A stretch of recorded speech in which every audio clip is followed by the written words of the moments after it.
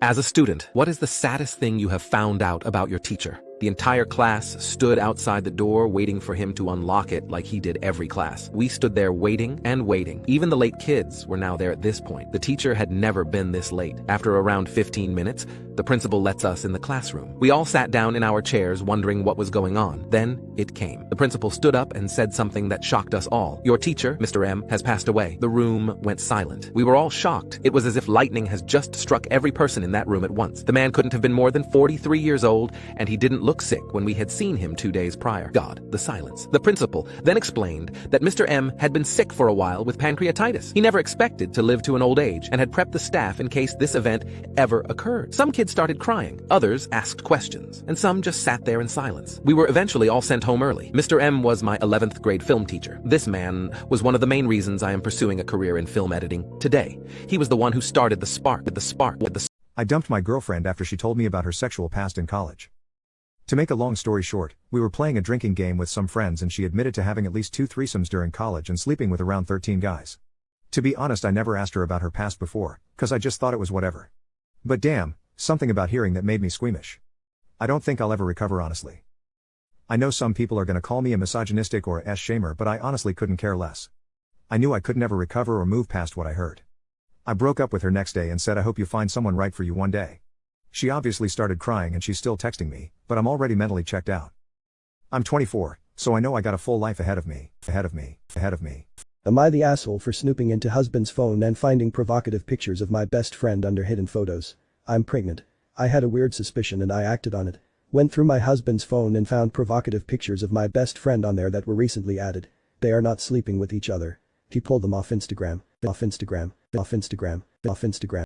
Am I the asshole for wearing the joke bikini my friend got me? So it was my birthday a couple of months ago. I had a party and I got some gifts. My friend Mandy got me a super cute bikini. I liked it, said thanks, and she had ripped the tags off, but whatever. Anyway, I went to the community pool with my roommate, wore the bikini, got in the water, and my roommate immediately says, girl? I look down and see that the bikini is now kind of see-through. Haha, good joke, Mandy. Anyway, Mandy invited me over to her place to hang out with her and her boyfriend and a few others. Most of the other people leave and we were still hanging out.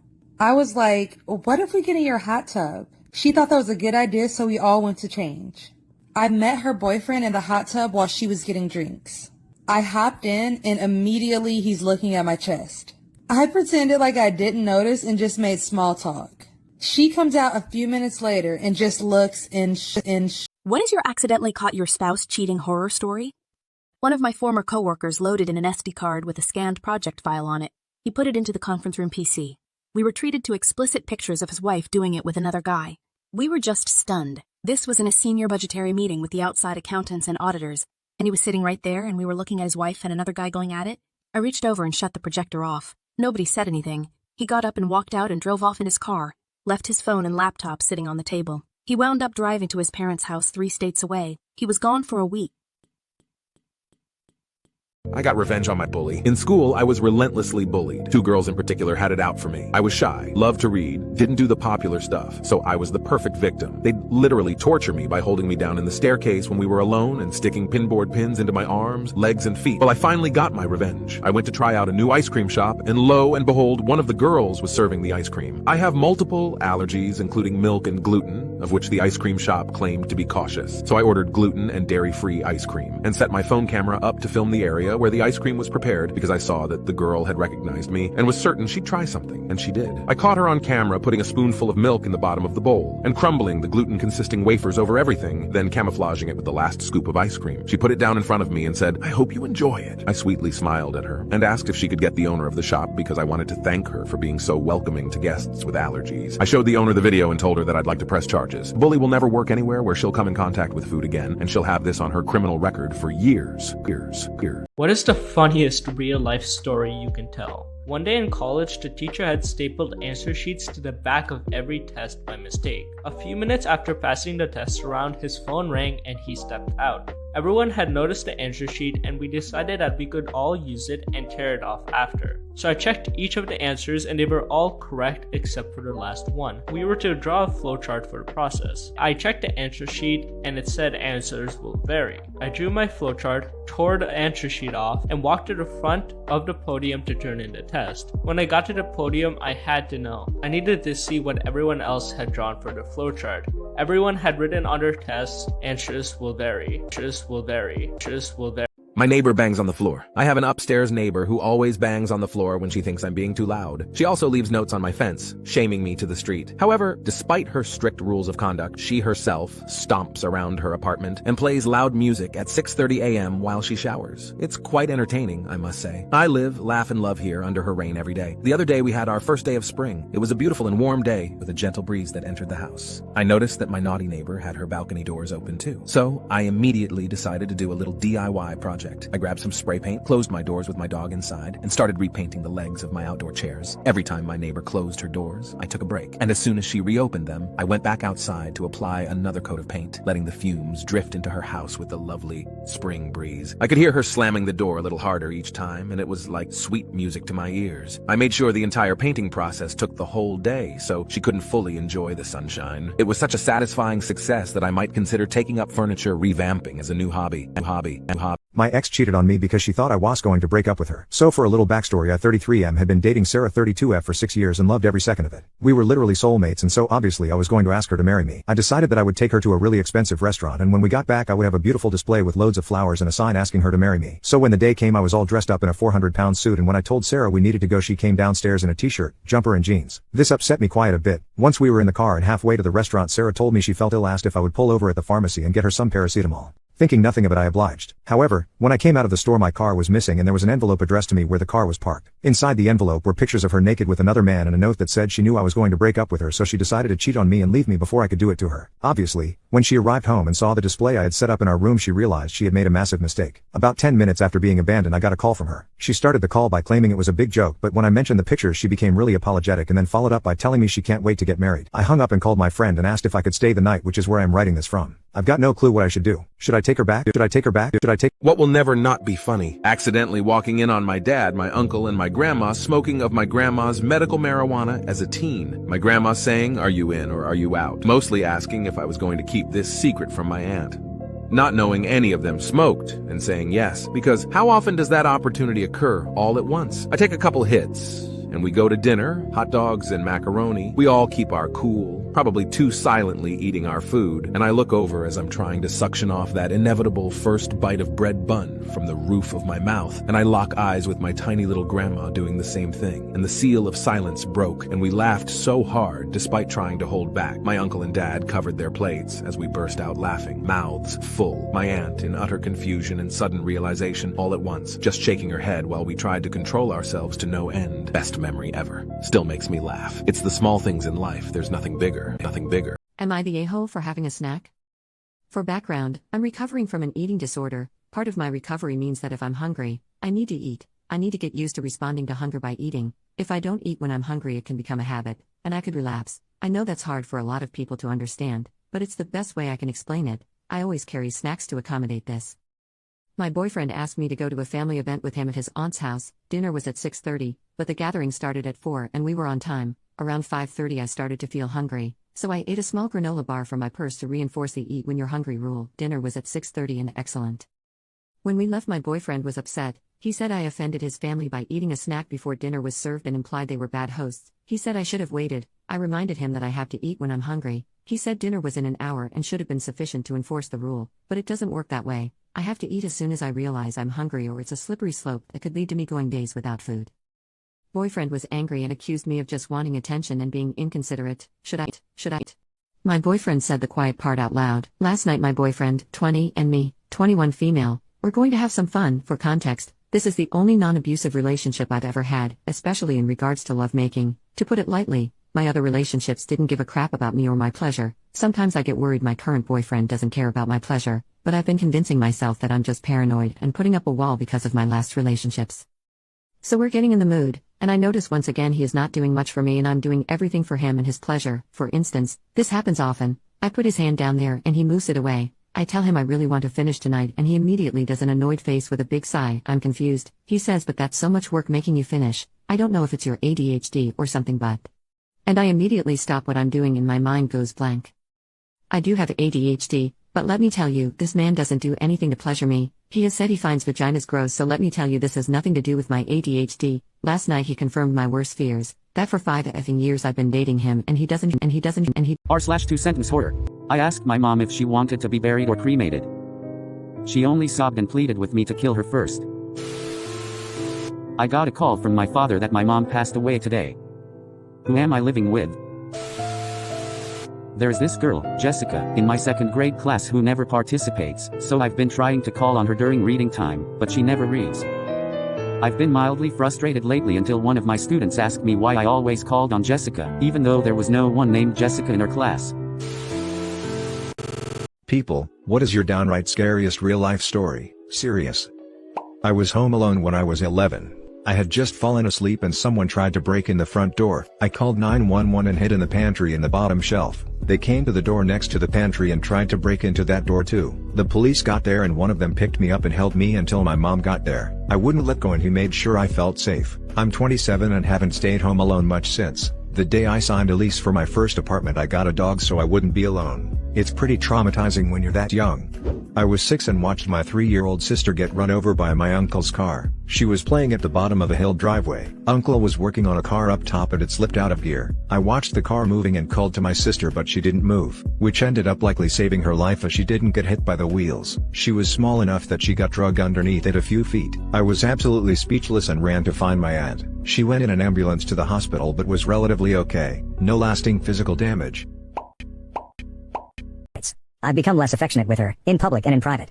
She's been increasingly clingy, asking me to stay with her when I leave, texting me a lot, sometimes multiple times in the space of 10 minutes. I'm enjoying this. I want to see what happens when I pull the rug out from under her. I'm going to give it another month before I end it. I'm going to send her parents of the video doing something and explain that I can't stay with her. She doesn't make enough to pay for tuition, so she will probably have to drop out or suspend her semester. She works at the campus Muslim student ASOC, so I'll send them some evidence too, so she'll lose her job.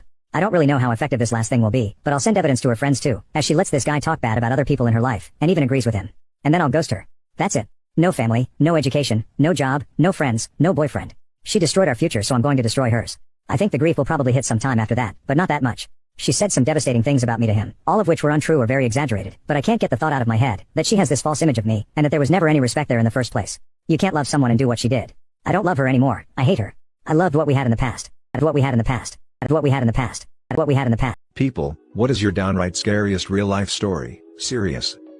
I was home alone when I was 11. I had just fallen asleep and someone tried to break in the front door. I called 911 and hid in the pantry in the bottom shelf. They came to the door next to the pantry and tried to break into that door too. The police got there and one of them picked me up and held me until my mom got there. I wouldn't let go and he made sure I felt safe. I'm 27 and haven't stayed home alone much since. The day I signed a lease for my first apartment I got a dog so I wouldn't be alone. It's pretty traumatizing when you're that young. I was 6 and watched my 3-year-old sister get run over by my uncle's car. She was playing at the bottom of a hill driveway. Uncle was working on a car up top and it slipped out of gear. I watched the car moving and called to my sister but she didn't move, which ended up likely saving her life as she didn't get hit by the wheels. She was small enough that she got dragged underneath it a few feet. I was absolutely speechless and ran to find my aunt. She went in an ambulance to the hospital but was relatively okay. No lasting physical damage.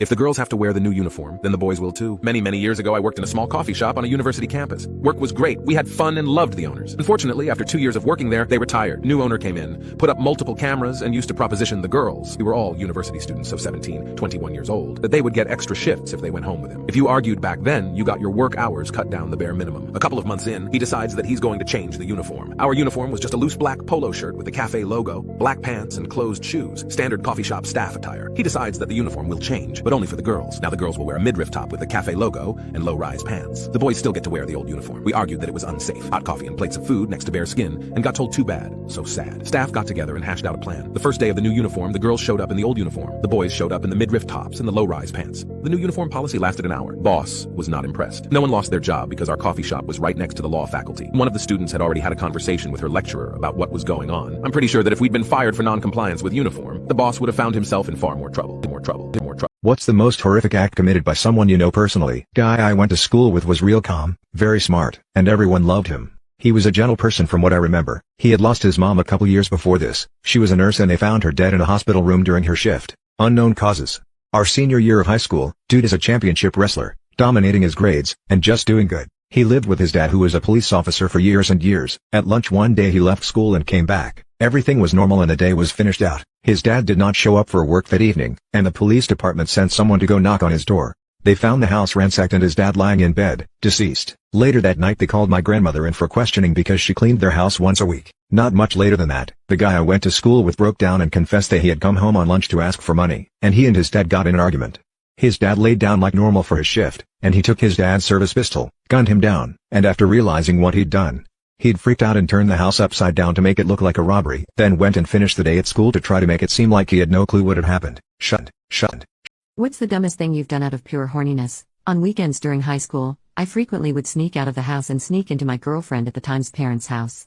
Well, I didn't have a car or a driver's license at the time, and the only car I could use was my mom's standard Toyota Camry. This led to many situations of me being stalled out on a hill at 3 a.m. with no driver's license, but I did learn how to drive standard quite well. My mom was really confused by that. Also, sometimes I would tell my parents I was staying the night with a friend and have my parents drop me off at school for my friends to pick me up. Well, my GF at the time lived about a mile from school, so I would just walk to her place. But when I would spend the night, I would have to hide in the closet, leave by 5 a.m. because her dad always came and checked on her before he left for work. So, that led to a couple instances of sleeping in the closet, but the best/worst was when I had to leave, but no place to stay. So before this situation, my buddy was able to obtain a copy of the key to the guy's locker room, and I happened to have it that night. So after being kicked out of her place and, of course, getting my rocks off, I walked back to school and managed to sneak into the locker room. Victim.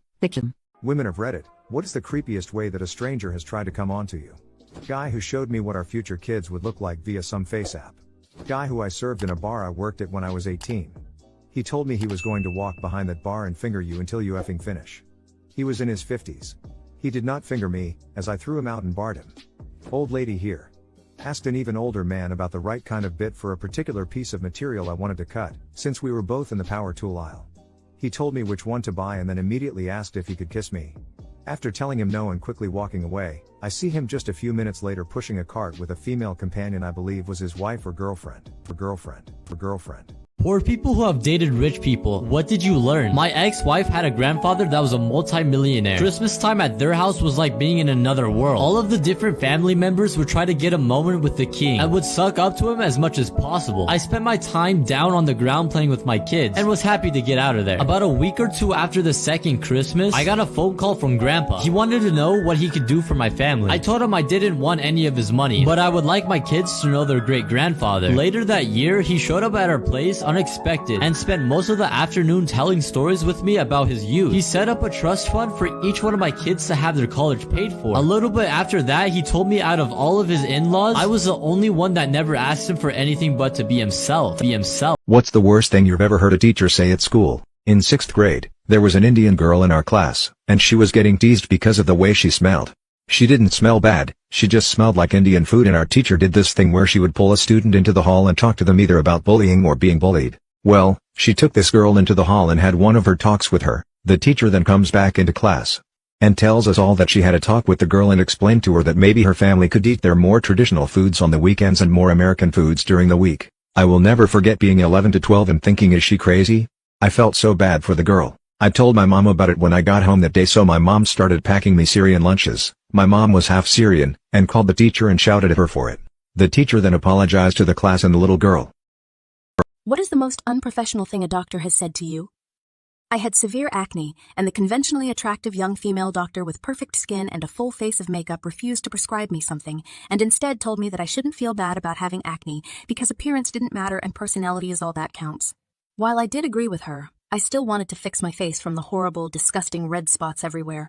It took me several years to find a doctor who took me seriously, got my hormonal levels tested and put me on a hormone balancer, but that one woman was by far the worst. I went home and cried after she said that.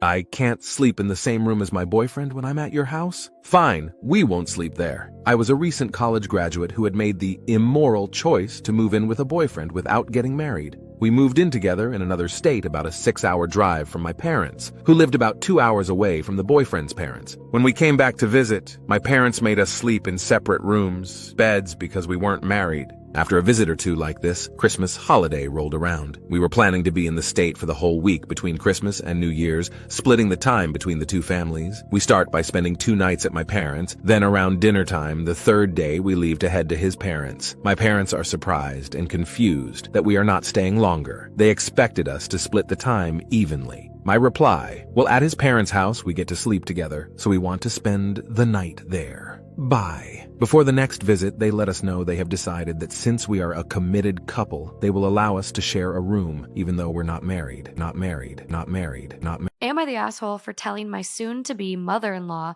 that my engagement ring is cursed? I, female 26, just got engaged. My soon-to-be mother-in-law is a nightmare. We are currently renovating a part of our place, and she has been lent a key in the meantime because she keeps coming over uninvited under the guise of helping clean up, but she really just likes to snoop and interfere. I do martial arts and take my engagement ring off before class.